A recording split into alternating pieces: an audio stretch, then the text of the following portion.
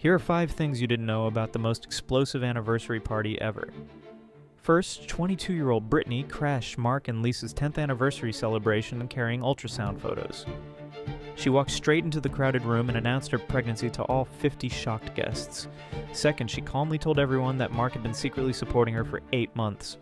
While his wife planned their anniversary party, he was planning his escape. Third, Brittany revealed Mark's promise to leave Lisa right after the celebration ended.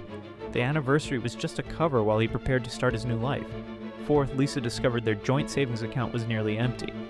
Mark had been using their money for prenatal appointments and baby furniture, but the fifth revelation destroyed everything. Brittany wasn't just some random affair. She was Mark's deceased brother's ex-girlfriend.